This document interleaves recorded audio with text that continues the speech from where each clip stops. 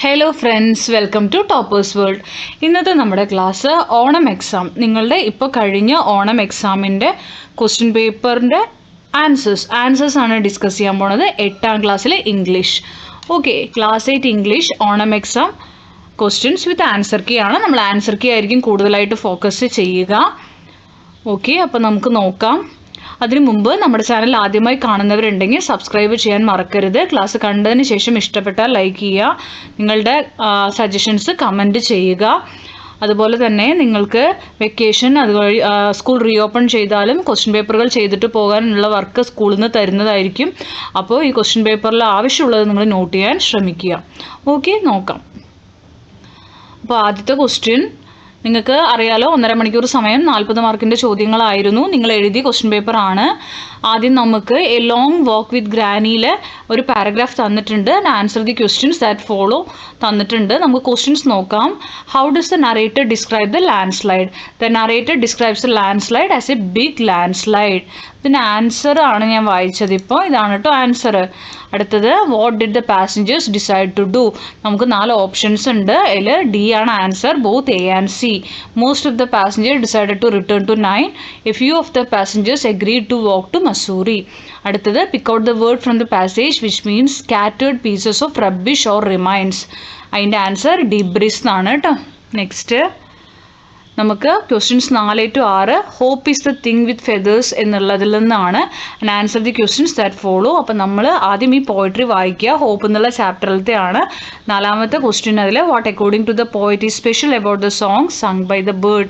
Answer വരുന്നത്, the song sung by the bird is without words. അടുത്തത്, pick out an example for metaphor from the given lines. Metaphor വരുന്നത് hope is the thing with feathers ആണ്. Next വരുന്നത്, where can we hear the song sung by the bird? Option C ആണ്, in the ചില്ലസ്റ്റ് land ആണ് answer വരിക. Next വരുന്നത്, the 7 ages of മാനിൽ നിന്നുള്ള ആ പോയട്രിയിലെ line തന്നിട്ടുണ്ട്. എന്നിട്ടുള്ള ക്വസ്റ്റ്യൻ ആണ്. നമുക്ക് എന്താ എഴുതാൻ പറഞ്ഞിരിക്കുന്നത്? Write a brief paragraph summarising the point contain in the lines using the hints given below. ഈ ഹിൻഡുകൾ വെച്ചിട്ട് പോയട്രിയുടെ ഒരു അപ്രിസിയേഷൻ പോലെ തയ്യാറാക്കാനാണ് പറഞ്ഞിരിക്കുന്നത്, ബ്രീഫ് പാരഗ്രാഫ്. അപ്പോൾ അതിൻ്റെ ആൻസർ വരുന്നത് നോക്കാം. Shakespeare compares the world to a great stage where every man and women plays different roles in life.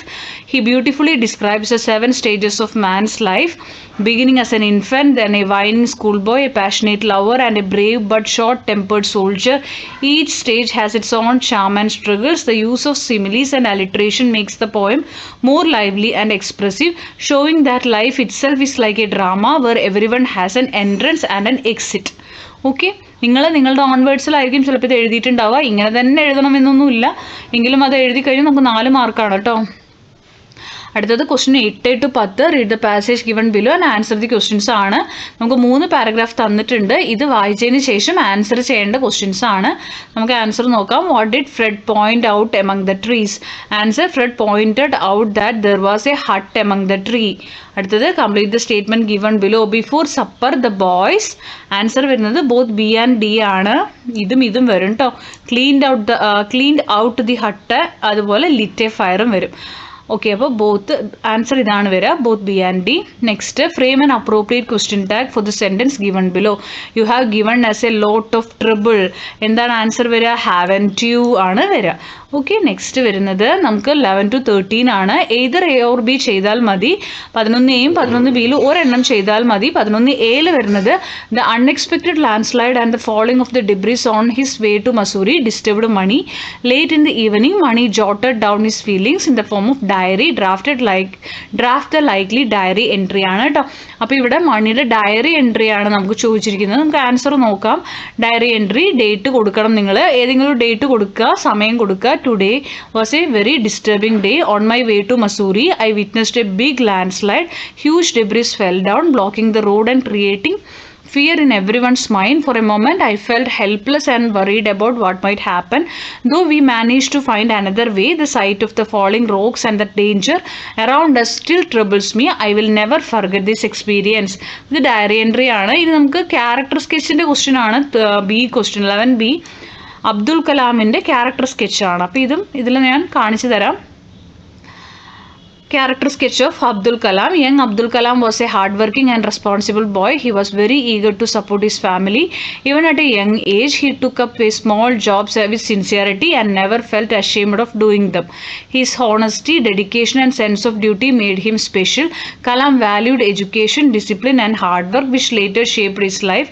His childhood shows us that even little efforts and sacrifices can make a big difference. Okay, അപ്പോൾ അതാണ് 11A 11B വരിക. Next വരുന്നത് 12 ആണ്. 12A വരുന്നത് Kalam had to deliver newspapers to the residents of Rameswaram every day before he left for the school. He had a conversation with one of his friends regarding his routine and the reasons behind it. Prepare the likely conversation between Kalam and his friend. കലാമും ഫ്രണ്ടും തമ്മിലുള്ള conversation, അല്ലെങ്കിൽ നിങ്ങൾ ചെയ്യേണ്ടത് ഈ തന്നിരിക്കുന്ന picture suitable ആയിട്ടുള്ള ഒരു ഡിസ്ക്രിപ്ഷൻ തയ്യാറാക്കാൻ പറഞ്ഞിട്ടുണ്ട്. അപ്പോൾ നമുക്ക് നോക്കാം. 12ാമത്തെ ക്വസ്റ്റ്യൻ വരുന്നത് രണ്ടും ചെയ്തിട്ടുണ്ട്, 12A 12B. 12A വരുന്നത് conversation friend Kalam. I see you delivering newspapers every morning, don't you get tired? Kalam, sometimes I do but I must do it. Friend, why do you take up this work along with your studies? Kalam, I want to support my family, we need the money and this is a way I can help. Friend, that's really great, Kalam. You are so responsible at this young age. Kalam, thank you. I believe even small efforts can make a big difference. Friend, true. You are an inspiration to us.